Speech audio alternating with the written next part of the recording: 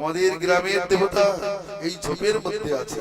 কাটারি কোদালি নিয়ে সেখানে যেই একটু বের করতেই, একটু ঘুরতেই বিশাল সেই সেনাজি প্রাপ্তি হলো, সেই গোপাল গিরিধারী গোপাল প্রাপ্তি হলো। চারিদিকে জয় জয়কার গেল। গিরিধারী গোপালকে হাতাহাতি করে উপরে তুললেন। গোবিন্দ কুণ্ডের শত সহস্র ঘট জলে তাকে স্নান করালেন। মহামৎসবের বিধান এসে গেল। চারিদিক দিয়ে দুগ্ধ দধি আদি মিষ্টান্ন সব উপস্থিত হলো। প্রচুর পরিমাণে মাধবেন্দ্র পুরী ভোগ লাগালেন। ভোগ লাগিয়ে ধ্যান করেই দেখে বহুদিনের খোদাই গোপাল খাইল সকল, কিন্তু তার হস্তস্পর্শে আবার সেই সমস্ত দুষ্মান হয়ে গেল। মাধবপুরী আরতি করলেন, তারপর বললেন এই প্রসাদ সকলকে দাও। সকলকে প্রসাদ দিলেন। তিনি একটু দুগ্ধ মাত্র পান করে রইলেন। এরপরে গ্রামের লোক এসে মহোৎসব করতে লাগলো। একজন ধনী মন্দির করে দিলেন। ব্রজবাসীগণ একটা করে গাভী দিয়ে দিলেন। গোপালের ভান্ডার বেড়ে গেল। প্রত্যেক দিন মহোৎসব, অন্নকূট মহোৎসব চলতে লাগলো। মাধবেন্দ্রপুরী দুইজন গৌড়ীয় ব্রাহ্মণ, বিরক্ত ব্রাহ্মণকে মন্ত্র দীক্ষা দিয়ে তার সেবায় নিযুক্ত করলেন। এভাবে 1 বছর চলল। একদিন স্বপ্নে গোপাল বলছে, মাধব আমার শরীরে তাপ যাচ্ছে না। তাপ যাচ্ছে না তো গোবিন্দ কুণ্ডে স্নান করো। তাপ যাচ্ছে না, যমুনা থাকতে তোমার তাপ যাচ্ছে না, তাকে আমি কি করবো? মাধবেন্দ্রপুরী রস করে বলছেন, আমি কি করতে পারি? বলে পূর্ব দেশ থেকে মলাই চন্দন এনে কর্পূর সহ ঘষে আমার গায়ে লাগালে আমার এই শরীর ঠান্ডা হয়ে যাবে। বৃদ্ধ মাধবেন্দ্রপুরী প্রভুর আজ্ঞা। তখন কৃষ্ণ কৃষ্ণ বলে তিনি আজ্ঞা পালনার্থী সেবাভার সেবককে দিয়ে যাত্রা করলেন।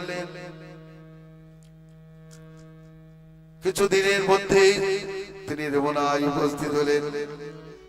রেমনায় গোপীনাথকে দর্শন করে প্রেমাবেশে নৃত্য গীতের অনুষ্ঠান করে রইলেন। সারাদিন ভজন করেন নাই। পূজারীকে জিজ্ঞাসা করলেন, এখন কি ভোগ হলো? অমৃত খেলে। পৃথিবীতে এর মতো ভোগ আর কোথাও হয় না। মাধবেন্দ্রপুরীর অন্তরে একটু বাসনা জাগলো। আমার তো শত সহস্র গাভী আছে, অনেক দুগ্ধ আছে, আমি যদি একটু স্বাদ জানতে পারতাম তাহলে এইরকম ক্ষীর প্রস্তুত করে আমার গোপাল ভোগ লাগাইতাম। পরক্ষণে ধিক্কা দিচ্ছেন, ঠাকুরের ভোগের পূর্বে আমার খাওয়ার প্রবৃত্তি হলো। দাঁত থেকে জিভ চিটে সেখান থেকে নির্গত হলেন। পূজারী পূজা করে আরতি করে ঠাকুর ঘর বন্ধ করে চললেন। মাধবেন্দ্রপুরী সন্নাটে বসে কৃষ্ণনাম কীর্তন করতে লাগলেন। মধ্যরাত্রে গোপীনাথ পূজারীকে বললেন, পূজারী ওঠো, আমার আঁচলের তলায় একটা ক্ষীর এক সন্ন্যাসীর জন্য রেখেছি, ওই ক্ষীরটা নিয়ে সেই সন্ন্যাসীকে দাও। ওই সন্ন্যাসী, সেই সন্ন্যাসী হাটে বসে কৃষ্ণ নাম করিতেছে। পূজারী উঠে স্নান করে বসন করে মন্দির খুলে আঁচলের নিচে ক্ষীর দেখে অত্যন্ত বিস্মিত হলেন। 12 ক্ষীর ভোগ লাগে। আজ গোপীনাথ ভক্তের জন্য চুরি করেছে। পূর্বে তিনি নিজের জন্য চুরি করতেন, ভক্তকে আনন্দিত করবার জন্য। আজ ভক্তের জন্য নিজের প্রসাদ নিজে চুরি করে রেখেছেন। তাকে ভাগ্যবান মনে করলেন। সেই ক্ষীর তুলে স্থান লেপন করে পুনরায় স্বয়ং দিয়ে এবার কীর্তি সেই রাত্রে চিৎকার করে বলছেন, কে সেই মাধবেন্দ্রপুরী যার লাগি গোপীনাথ ক্ষীর কইল চুরি। মাধবেন্দ্রপুরী পরিচয় না দিয়ে থাকতে পারলেন না, বলেন আমি সেই মাধবপুরী। তাকে ক্ষীর দিয়ে সাষ্টাঙ্গ ধন্যবাদ করলেন। তারপরে মা বাড়ি থেকে তিনি বললেন, হ্যাঁ এইরূপ ভক্তের বস। তাকে ক্ষীর দিয়ে নমস্কার করে চলে আসলেন। মাধবেন্দ্রপুরী কৃষ্ণের প্রসাদ সঙ্গে সঙ্গে ভক্ষণ করলেন, আর পাত্রটা ভেঙে টুকরো টুকরো করে নিজের আঁচলে বেঁধে রাখলেন। যখনই একটু ক্ষুধা বাবা হয় তখন ওই টুকরো চালাতে থাকেন আর প্রেমে উন্মাদ হয়ে পড়েন। এরপর মাধবেন্দ্রপুরী চিন্তা করলেন, গোপীনাথ আমার জন্য ক্ষীর তৈরি করেছেন, আমি এখানে থাকলে লোকের ভিড় হবে, আমি এখানে থাকবো না। ওখান থেকে গোপীনাথকে নমস্কার করে পুরীতে যাত্রা করলেন। আর কবিরাজ শ্রীপাদ বলছেন, প্রতিষ্ঠার স্বভাবে জগতে বিদিত, যে না বাঞ্ছে তার হয় বিধাতার নির্মিত। প্রতিষ্ঠার ভয়ে পুরী যাই পলাইয়া, কৃষ্ণ প্রেমে প্রতিষ্ঠা চলে তার পিছে গড়াইয়া। যেরা মানছে তার হয় বিধাতার নির্মিত। মাধবপুরী চলে গেলেন পুরীতে। চারিদিকে ছাড়া পড়ে গেল, এই সেই মাধবপুরী যার লাগে গোপীনাথ ক্ষীর কইলেন চুরি। বলিয়ে ভক্তবৎসল ভগবান কি জয়। এই ক্ষীর চলা গোপীনাথ কি জয়। শ্রী মাধবেন্দ্রপুরী পুরীতে যে বড় বড় স্বর্ণদের কাছে বললেন, আমার গোপালের তাপ, শরীরের তাপ যাচ্ছে না। রাজার কাছে জানালেন, একটু চন্দনের ব্যবস্থা করে দিতে হবে। সঙ্গে সঙ্গে 1 মণ চন্দন, 20 তোলা কর্পূর এর ব্যবস্থা হলো। 2 জন সেবক দিলেন বহনের জন্য। তারা ওই চন্দন বইতে বইতে পুনরায় চলে আসলেন। রেমনাই পূজারী ছিলেন, সঙ্গে সঙ্গে তাকে 1 ভাণ্ড ক্ষীর দিলেন। সেই ক্ষীর খেয়ে সেই রাত্রে অবস্থান করছেন।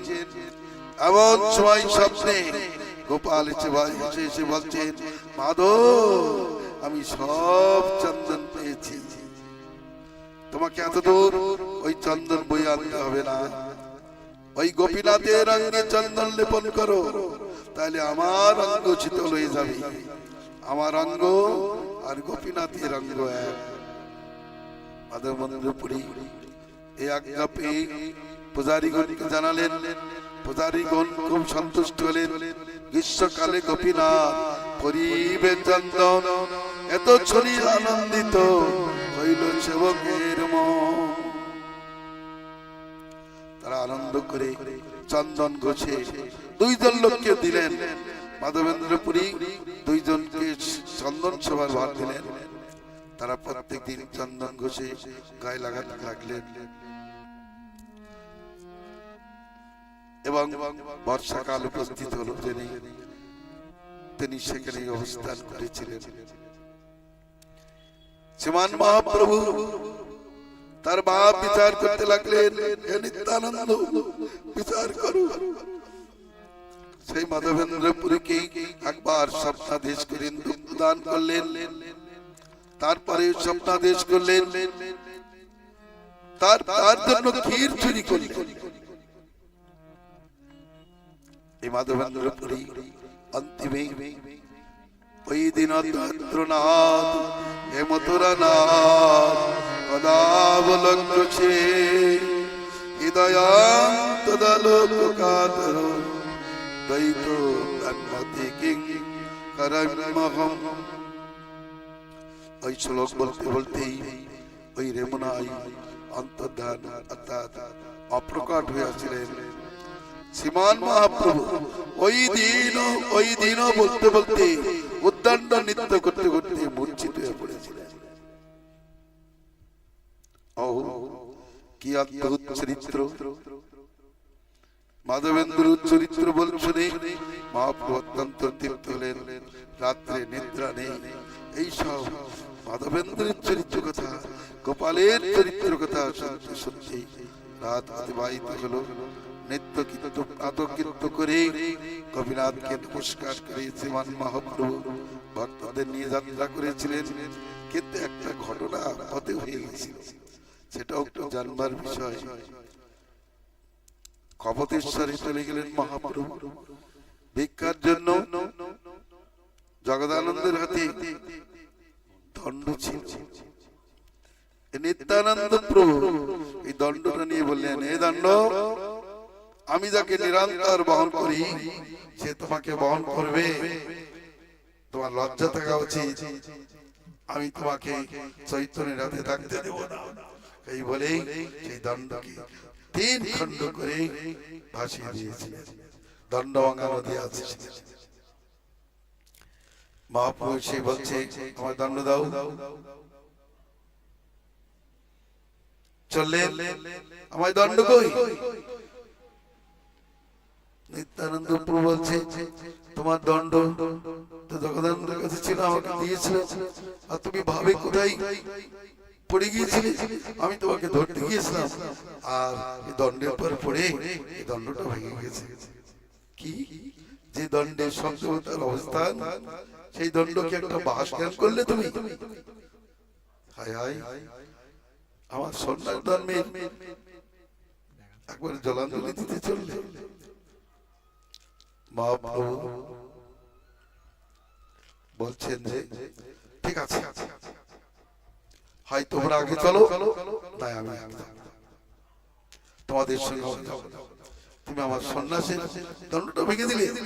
দণ্ডভঙ্গ লীলায় অতি গুণতর, বুঝিবে রসিক ভক্ত না বুঝিবে।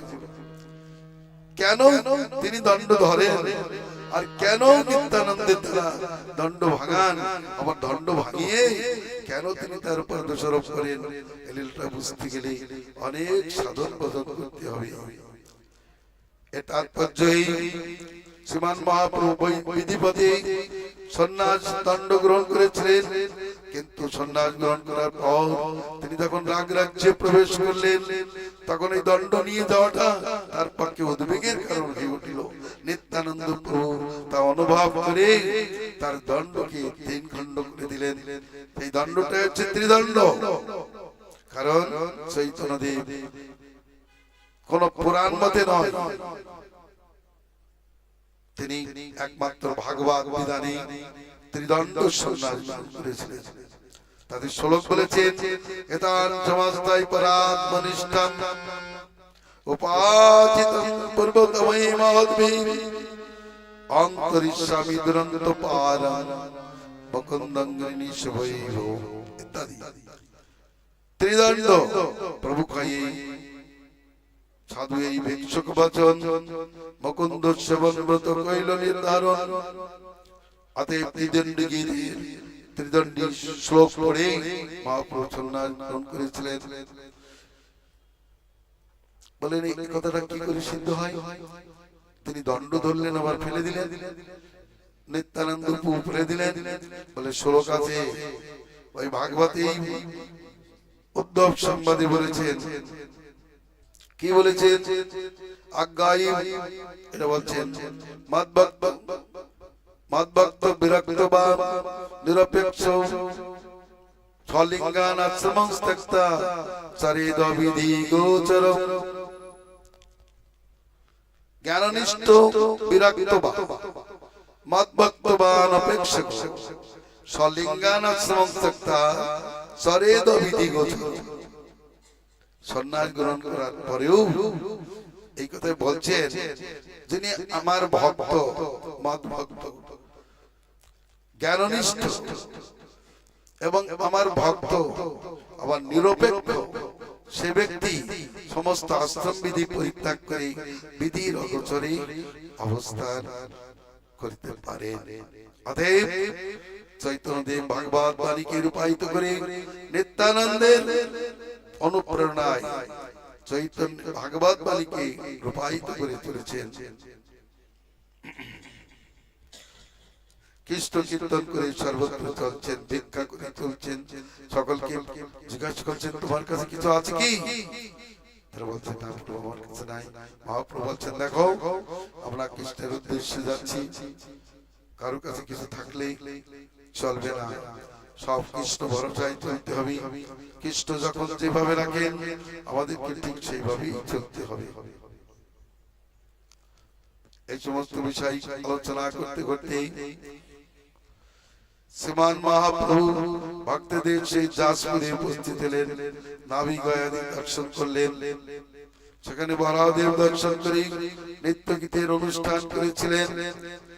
আবার সেখান থেকে যাত্রা করেছেন, এখান থেকে যাত্রা করে কটকে উপস্থিত হলেন। একদিন রাত্রের মধ্যে কটকে উপস্থিত হলেন।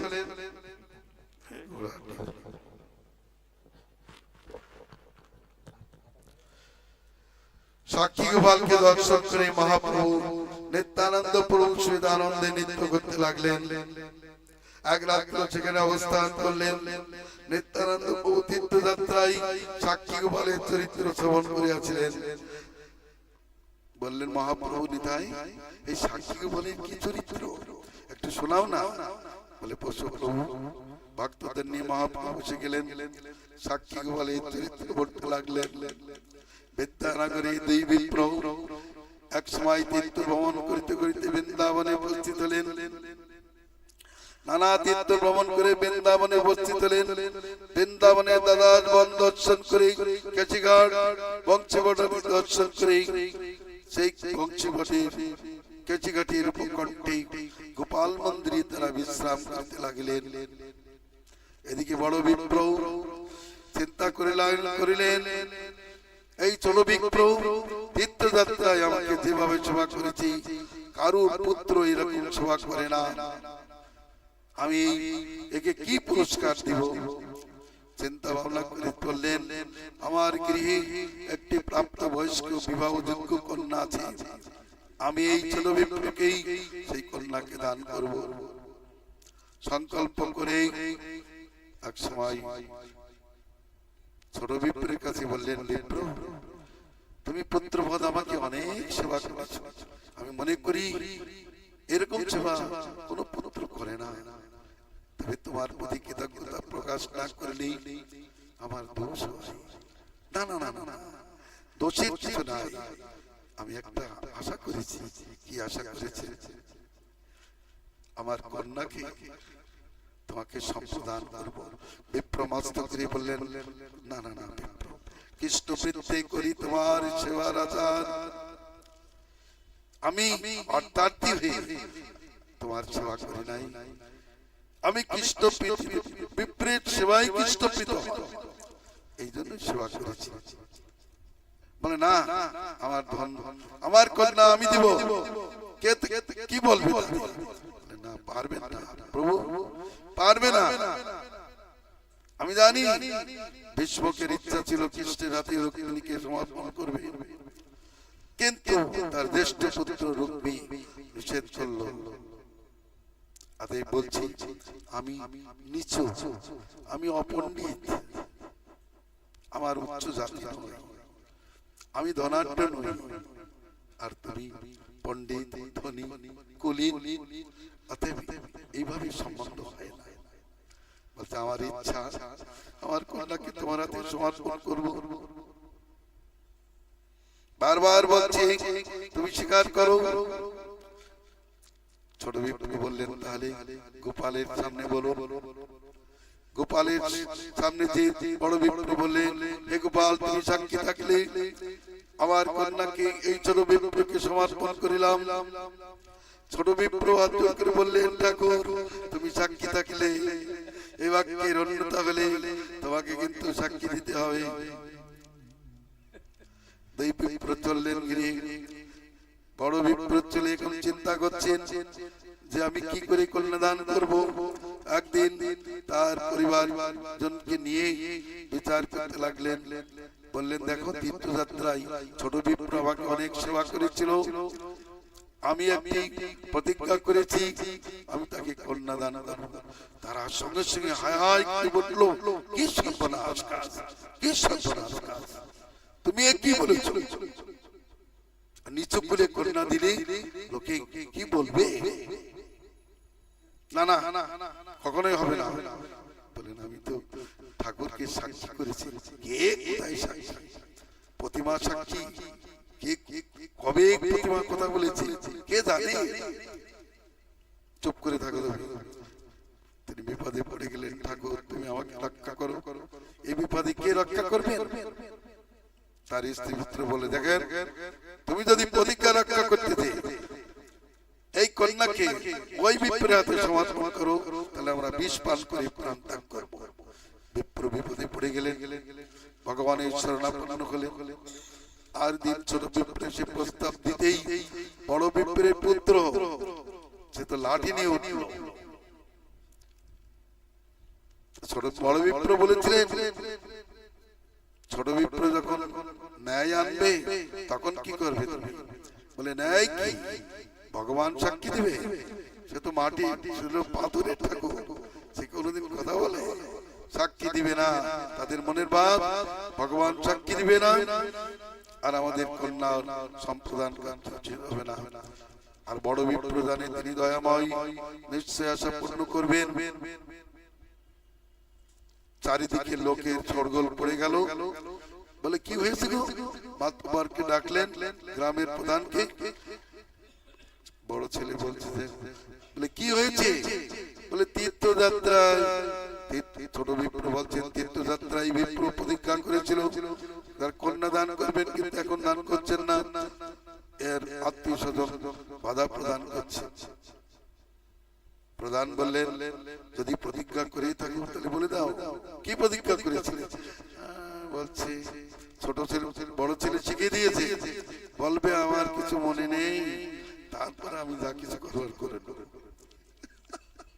তিনি বলছেন, তীর্থে যাত্রায় কখন কি বলেছিলাম আমার তো মনে নাই। ছোট তার পুত্র বলছে, প্রধানজি এটা কথা শুনুন, আমার পিতা এই তীর্থযাত্রা অনেক ধন ছিল, এই লোভী ওই ধন গ্রহণ করার জন্য তার সেবা করেছিল, আর দুধ খেয়ে আমার বাবাকে পাগল করেছে। তারপরে এখন প্রস্তাব তুলছি যে আমার সুন্দরী ভগ্নীকে বিবাহ করবে। এটা কি সম্ভব? আপনারা বিচার করে বলুন, এটা কি সম্ভব? বলে তা তো বটে, কি হবে? ছোট বিপ্র বলে, তোমার কোন সাক্ষী আছে? বলে যার কথা তিন ভবনের লোক সব মান্য করি, মানে সেই গোবিন্দ আমার সাক্ষী, সেই গোপাল দেব আমার সাক্ষী আছে। কোথায় থাকে? বৃন্দাবন। তারা বললে ঠিক আছে। ছোট বিপ্রে বড় বিপ্রের পুত্র বললে, যা সেই সাক্ষী যদি এসে সাক্ষী দেয় তাহলে আমার ভগ্নীকে তোমার হাতে সমর্পণ করব।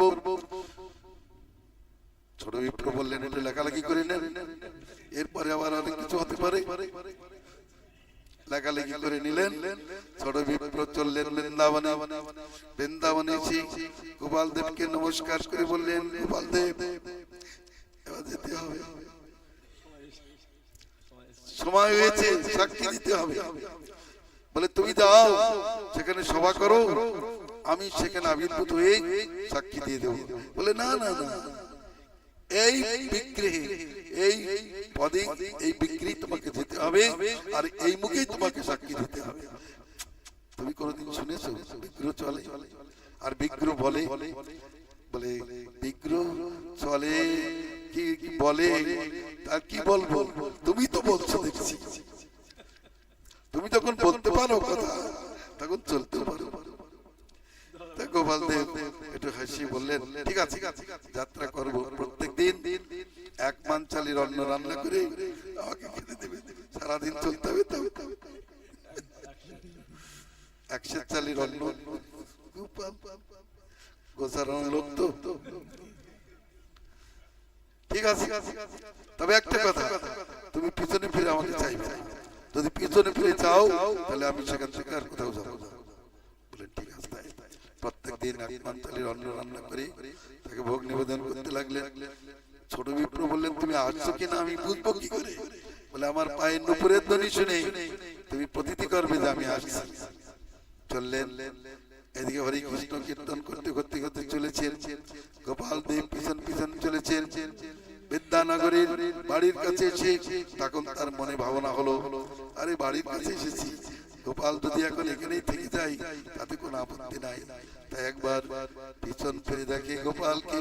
হেসে গোপাল বললেন, আমি এখানেই রইলাম। তিনি গ্রামে দিয়ে সকলকে জানালেন, এই গ্রামবাসী দেখো, গোপাল দেব সাক্ষী দেওয়ার জন্য উপস্থিত হয়েছে। বড় বিপ্রের সেই চরণে প্রণাম করে ক্ষমা চাইলেন। ছোট বড় বিপ্রের পুত্রাদি তারা সব অবাক হয়ে গেছে, সাক্ষী এসেছে। গ্রামের প্রধান আসলেন। ওই সময় সম্মুখে গোপাল দেব সাক্ষী দিলেন, না এই বিপ্র তার কন্যাদানের প্রস্তাব দিয়েছিল, আমি সাক্ষী আছি। চারিদিকে সাড়া পড়ে গেল। যে ছিল অবধ সেই হলো প্রবল, যে ছিল নগণ্য সে হলো বরেণ্য। আবার কন্যা পর্যন্ত রাজি হয়ে গেলেন যে না, আমি এই প্রভুকে প্রতিরূপে বরণ করব। শুভক্ষণে তাদের বিবাহ কার্য সম্পন্ন হলো। ভগবান বলছেন, তোমরা আমার ভৃত্য, বর মাগো। তারা হাত জোড় করে বললেন, প্রভু তুমি যদি এতই দয়াল হয়ে থাকো তাহলে আমাদের সেবা গ্রহণ করবার জন্য এখানেই থেকে যাও। তথাস্তু। গোপাল দেব সেখানে রয়ে গেলেন। আহা, গোপালের সেবা করতে লাগলো। ওর বংশধর রই সেবা করতে লাগলো, ছোট বিপ্রের বংশধর।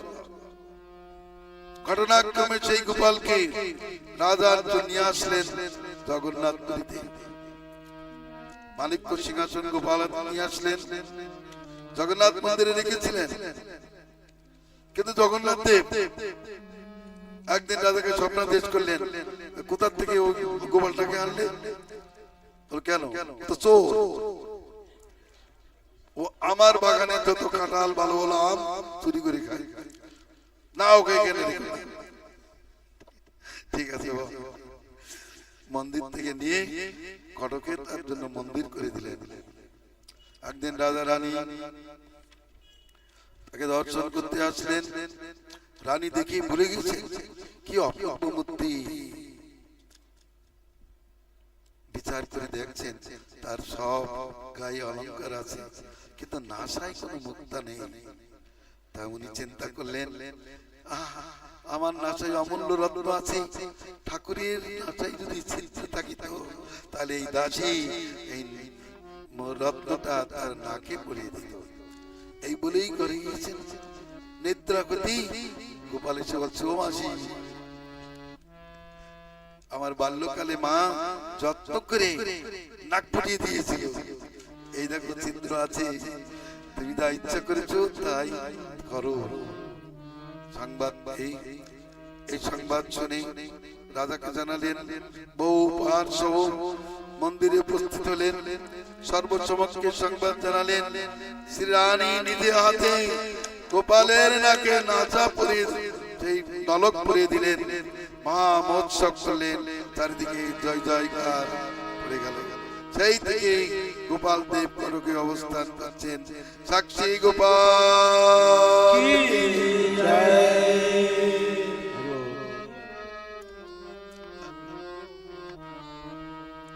জয় জয় গোপাল মদন গোপাল দীন দয়াল মদন গোপাল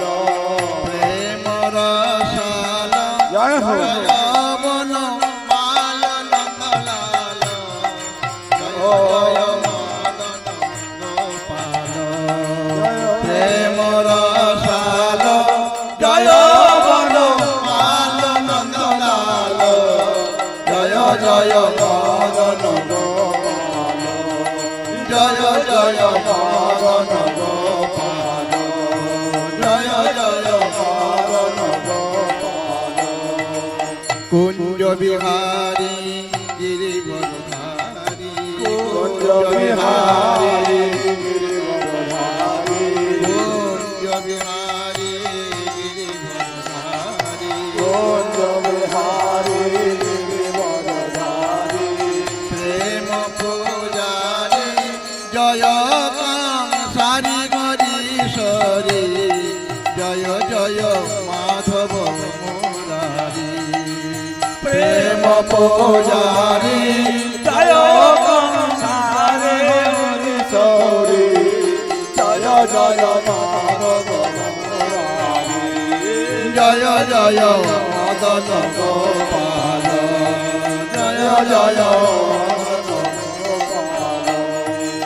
করুণা কর হে কুঞ্জ বিহারী করুণা কর হে কুঞ্জ বিহারী করুণা কর হে কুঞ্জ বিহারী করুণা কর হে কুঞ্জ বিহারী তুমি তো প্রাণনাথ হমারি তুমি তো প্রাণনাথ হমারি কর মোরে রাধা জয় হো। করুণা কি করি চরি জয় জয় মদন মুরারি কর মোরে রাধা চরণ কি করি চরি জয় জয় মদন মুরারি জয় জয় মদন গোপাল জয় জয় মদন গোপাল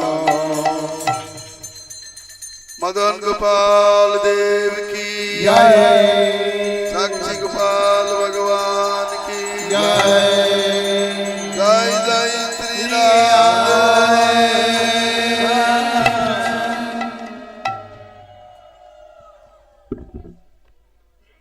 শ্রীমান মহাপ্রভু ত্যাগী হয়ে একটা গাম্য বার্তার কথা স্মরণ করলেন কেন? এতে আছে পরমার্থ, ভগবানের সঙ্গে সম্বন্ধ। তারা গৃহস্থ হলো, তাদের ভক্তিতে সন্তুষ্ট হয়ে গোপাল দেব সেখানে গেছেন। এই জন্য মহাপ্রভু ত্যাগী হয়েও নিত্যানন্দের মুখে সেই চরিত্র শ্রবণ করেছেন। যেখানে পরমার্থ সেখানেই চৈতন্য, যেখানে পরমার্থ নাই সেখানেই চৈতন্য। দেখ, আমি দণ্ড ভাঙার কথাটা আগে বলেছি, কিন্তু এরপরেই দণ্ড ভাঙার কথা আসছে। ভুবনেশ্বর এবার সাক্ষী গোপাল দর্শন করে চললেন, যাত্রা করে চলেছেন। প্রভাতে চলিলা মঙ্গল আরতি দেখিয়া ভুবনেশ্বরে পথে দইছে করিলা গমন। বিস্তারি বর্ণিয়াছেন দাস বৃন্দাবন। ভুবনেশ্বরে উপস্থিত কোটি লিঙ্গেশ্বর শ্রী লিঙ্গরাজ ঠাকুরকে দর্শন করে শ্রীমান মহাপ্রভু ওই লিঙ্গের পূজা করেছিলেন। এখানে উত্তন্ন নৃত্য গীতের অনুষ্ঠান করেছিলেন। কবিরাজ গোস্বামীপাদ এর সংক্ষেপ করে চলেছেন। ভুবনেশ্বর চলতে চলতে কমলপুরে আসলেন, ভার্গী নদীতে স্নান করলেন, কপতেশ্বর দর্শনে গিয়েছিলেন।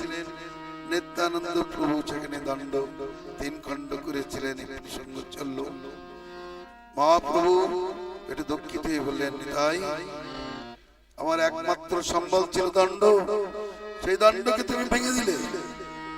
যাক, তোমরা আমাকে বৃন্দাবন যাত্রায়, তুমি আমাকে বৃন্দাবন যাত্রায় বঞ্চনা করে তুমি শান্তি করে এনেছিলে, আবার দণ্ডটা ভেঙে দিলে। জানি না আর কি হবে কিছু।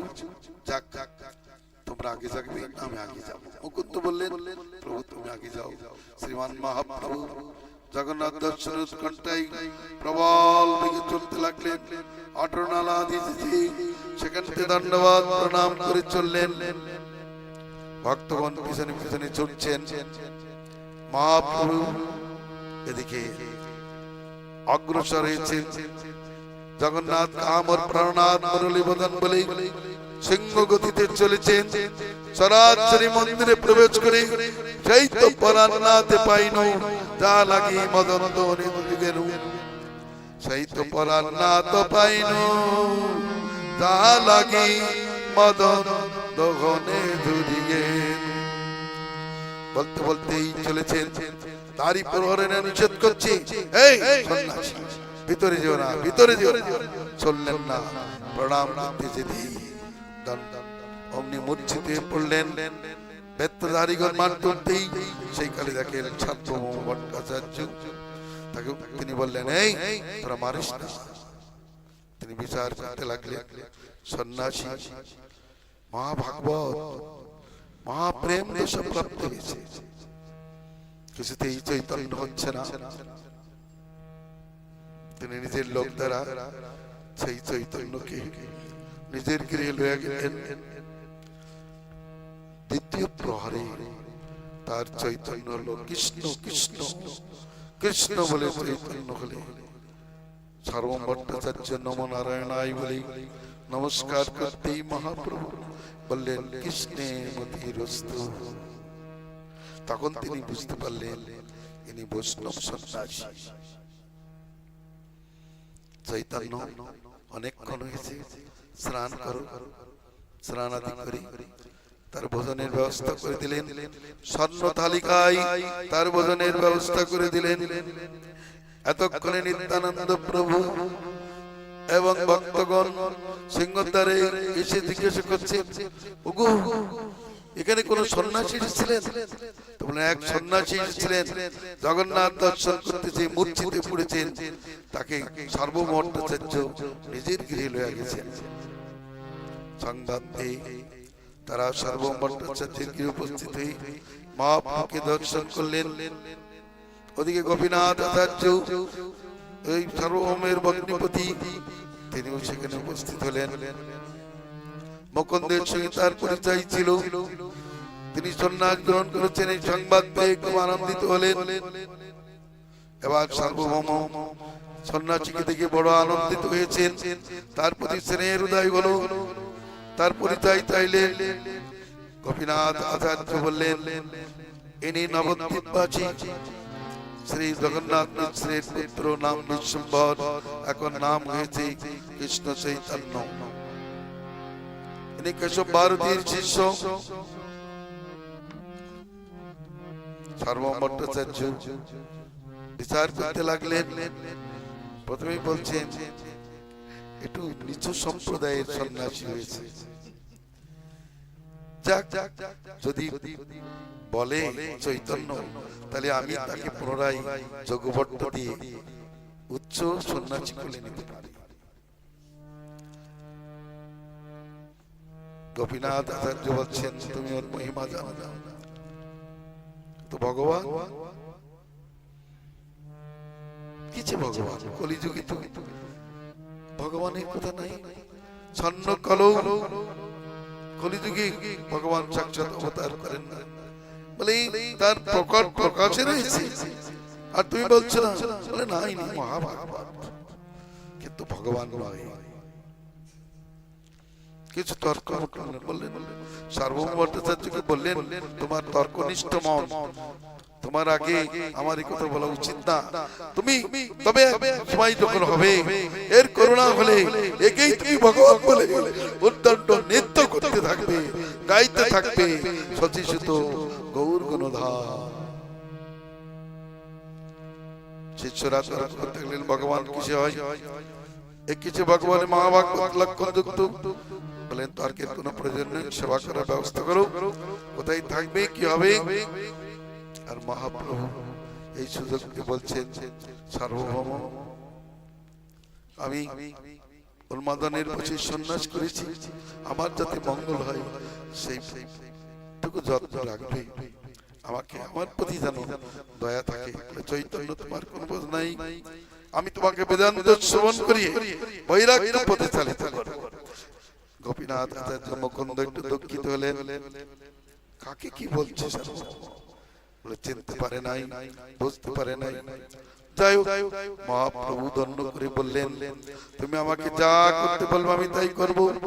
সার্বভৌম ভট্টাচার্য বললেন, তোমার নবীন যৌবন, তোমার বৈরাগ্য পথ একান্ত প্রয়োজন, তুমি বেদান্ত শ্রবণ করো। যথাজ্ঞা বলেই বেদান্ত শুনতে লাগলেন। 7 দিন শ্রবণের পর সার্বভৌম ভট্টাচার্য বলছেন, হে চৈতন্য, কি শুনলে, কি বুঝলে, কিছু বলো না। বললেন, আমি সূত্রগুলো ভালোই বুঝতে পারলাম, কিন্তু ভাষ্যটা ভালো বুঝতে পারলাম না। আমার মনে হচ্ছে নির্মল সূর্যের সম্মুখে বিরাট মেঘখণ্ড উপস্থিত হয়েছে। কি ব্যাপার? তো তুমি এরকম বুঝতে পারছো না, তো বলতে হয় কিছু। বলে, কি বলবো?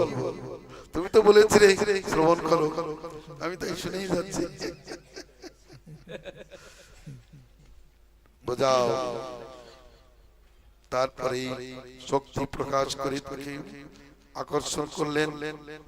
বললেন, দেখো কি বিচার হবে। শঙ্কর ভাষ্য সূত্রের অর্থকে আচ্ছাদিত করেছে, নষ্ট করেছে।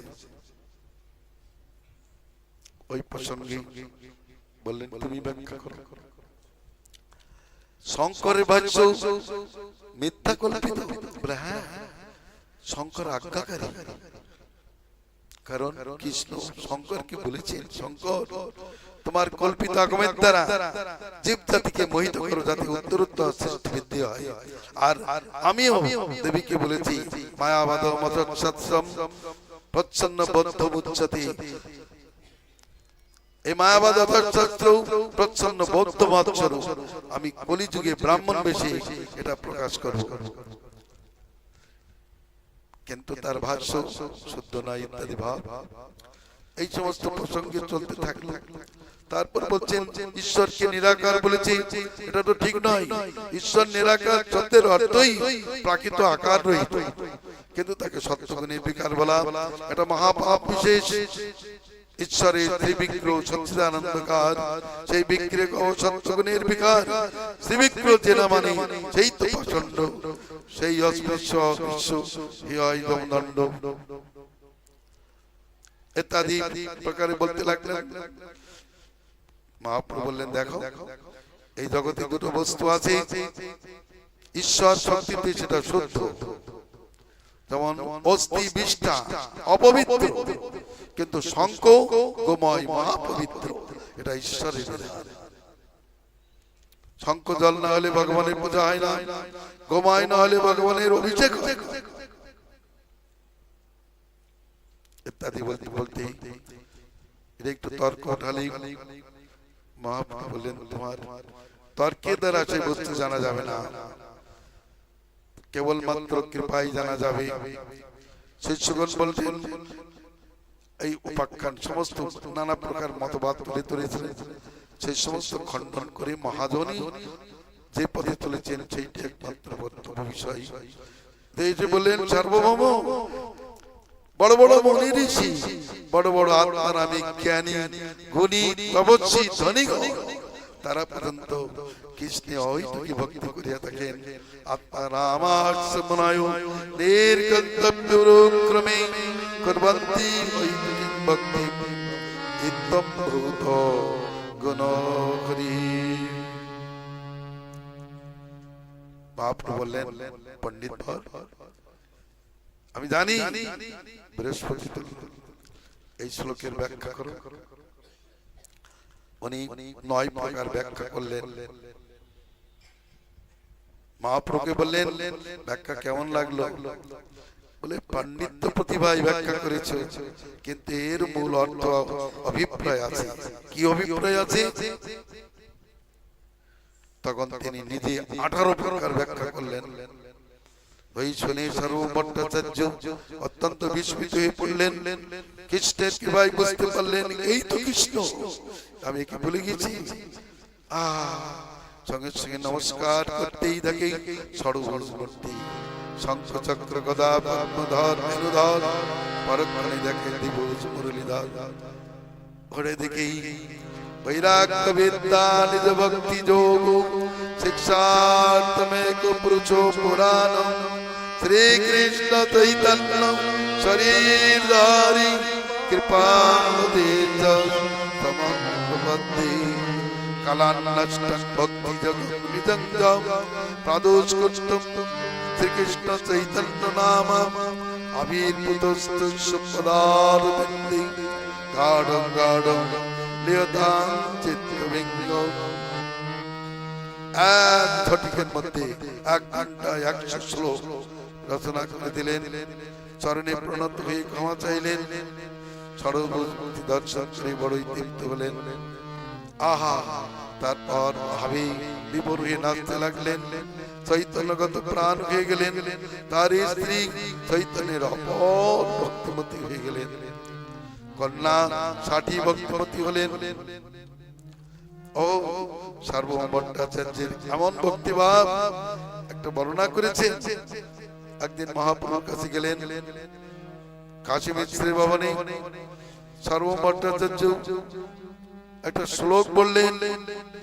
সেই শ্লোক এই মুক্তিপদে দায়ভাগ এটা না বলে তিনি ভক্তিপদে দায়ভাগ বললেন। মহাপ্রভু বললেন, পণ্ডিত এই শ্লোকে আছে মুক্তিপদে দায়ভাগ।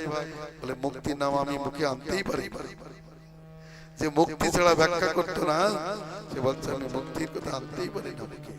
মহাপ্রভু বলেন এর অভিপ্রায় আছে মুক্তি পদ বলতে কৃষ্ণের পদ কে বুঝাই, অথবা নবম পদার্থ মুক্তির আশ্রয় কৃষ্ণ।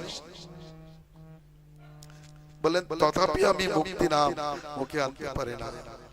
তিনি কেবল গান করে চলেছেন, শ্রীকৃষ্ণ চৈতন্য সচিসূত গৌরধাম, শ্রীকৃষ্ণ চৈতন্য সচিসূত গৌরধাম। চৈতন্য সচিসূত গৌরধাম, চৈতন্য সচিসূত গৌরধাম। শ্রীকৃষ্ণ চৈতন্য সচি সুত গৌরধাম, শ্রীকৃষ্ণ চৈতন্য সচি সুত গৌরধাম। শ্রীকৃষ্ণ চৈতন্য সচি সুত গৌরধাম, শ্রীকৃষ্ণ চৈতন্য সচি সুত গৌরধাম। শ্রীকৃষ্ণ চৈতন্য সচি সুত গৌরধাম, শ্রীকৃষ্ণ চৈতন্য সচি সুত গৌরধাম। শ্রীকৃষ্ণ চৈতন্য সচি সুত গৌরধাম, শ্রীকৃষ্ণ চৈতন্য সচি সুত গৌরধাম। সার্বভৌম ভট্টাচার্যের সঙ্গে কিছু সূক্ষ্ম আলোচনা হয়েছিল। বেদের মুখ্য ভিত্তি গৌণ ভিত্তির বিচার দিয়েছিলেন। বেদে অপানিপাদ যবনকৃতার শ্লোকে তিনি জানিয়েছেন প্রাকৃত নিষেধ করি অপ্রাকৃত স্থাপনার বিষয়। মহাপ্রভু সুন্দর উপনিষদ বাক্য দ্বারা তার চিত্তভিত্তিক সংশোধন করে দিলেন। জীব কোনদিন ঈশ্বর নহে, ব্রহ্ম নহে, ব্রহ্মের এক শক্তি সমস্ত পুরাণ প্রমাণ দিয়ে তাকে ভক্ত করেছিলেন। আগমবাদ কল্পিতবাদ জানিয়েছিলেন। সার্বভৌম ভট্টাচার্য পরম ভক্ত হয়ে গিয়েছিলেন। আহা, তার একদিন মহাপ্রভু জগন্নাথ দর্শন করে জগন্নাথের মঙ্গলারতি দর্শন করলেন। পান্ডারা কিছু প্রসাদ দিলে সেই প্রসাদ নিয়ে সার্বভৌম ভট্টাচার্যের ঘরে উপস্থিত ধাক্কা দিলেন। সার্বভৌম ভট্টাচার্য কৃষ্ণ কৃষ্ণ বলে জাগ্রত হয়ে দরজা খুলে মহাপ্রভুকে দেখেই দণ্ডবাদ প্রণাম করলেন। প্রভু এত সকালে আগমন? হ্যাঁ, এই নাও প্রসাদ। প্রসাদ দিতেই শুষ্কং প্রদূষিতং বা পিনিতং মধুর্যেশ্বরং প্রাপ্তি মন্ত্রেণ ভক্তব্যং নাত্র কাল বিচারণং। এই বলেই তিনি প্রসাদ গ্রহণ করলেন। ও শ্রীমান মহাপ্রভু বললেন, আজ আমি পৃথিবী জয় করেছি, আমি আজ বৈকুণ্ঠ বিজয় করেছি। সার্বভৌম ভট্টাচার্যের প্রসাদে বিশ্বাস হলো। স্নান কিচ্ছু না করে সঙ্গে সঙ্গে প্রসাদ দর্শন করেছেন। সার্বভৌমের বিরাট মহিমা কথা চললো। তার একটা বিশেষ কথা, তার গৃহে মহাপ্রভু ভোজনের প্রকার অবশ্য স্বীকার্য বিষয়। চৈতন্যদেব। কোন একদিনের ঘটনা, সর্বম ভট্টাচার্যের কাছে গিয়েছিলেন। সর্বম ভট্টাচার্য দুটো শ্লোক লিখে মুকুন্দের হাতে দিলেন। মুকুন্দ শ্লোকটা লিখে দেয়ালে লিখে রাখলেন। মহাপ্রভুর কাছে দিতে মহাপ্রভু শ্লোকটা ছেড়ে দিলেন। আর ভক্ত লোক গাইতে লাগলেন যে শ্লোকটা বলেছি, বৈরাগ্য বিদ্যা নিজ ভক্তি যোগ শিক্ষা পুরাণ পুরুষ শ্রীকৃষ্ণ চৈতন্য শরীরধারী প্রবর্তী।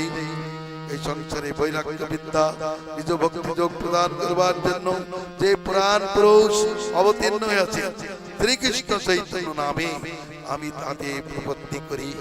ওহো, কাল বসে যে ভক্তি যোগ নষ্ট হয়েছিল, সেই ভক্তি যোগ পুনরায় আবিষ্কার করবার জন্য কৃষ্ণ চৈতন্য নামে আবির্ভূত পুরুষের পাদপদ্ম মকরন্দ মধু আস্বাদনে আমার মনোবৃত্তি নিত্যকাল বিরাজ করতে থাকো।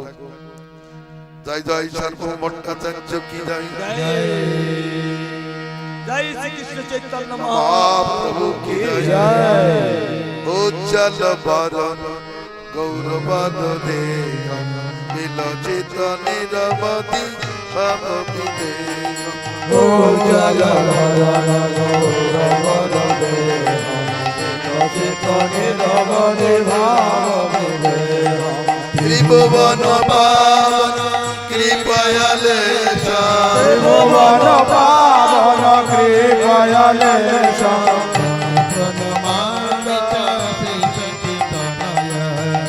প্রণমামি চ শ্রী সচিতানয়। উজ্জ্বল গদ গদ তর ভাব বিকার উর্জন তর্জন নাদ বিকাশ। ভবভয় ভঞ্জন কারণ করণ ভবভয় ভঞ্জন কারণ করণ। প্রণমামি চ শ্রী সচিতানয়। বিগলিত নয়ন কমল জলধার ভূষণ নবরস বিকার। হতে মন্তর বিলাস প্রণমামি চ শ্রী সচিতনয়। চঞ্চল চরণ গতি রুচির মন্দির রঞ্জিত পদ যুগ মধুর। বিনিন্দিত শীতল বদন প্রণমামি চ শ্রী সচিতনয়। চিত কোটি মণ্ডল কলে বর মণ্ডিত মণ্ডম।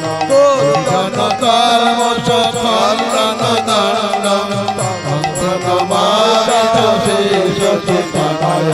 ভূষণ ভূর জয় কবলিত ভূষণ বিরচিত উজ্জ্বল তিলক প্রণমামি চ শ্রী সচিতনয়। করুণ কমল দল নয়ন আজন লম্বিত শ্রী ভুজ যুগল। কলেবর কৈশার রণতক বেশ প্রণমামি চ শ্রী সচিতনয়। প্রণমামি চ শ্রী সচিতনয়। প্রণমামি চ শ্রী সচিতনয়। আজ এই পর্যন্ত আমাদের এখানে চৈতন্য কথা বিশ্রাম। এই যশোদা, কৃষ্ণ যশোদা কোথায়? কৃষ্ণ যশোদা নৃত্য হবে।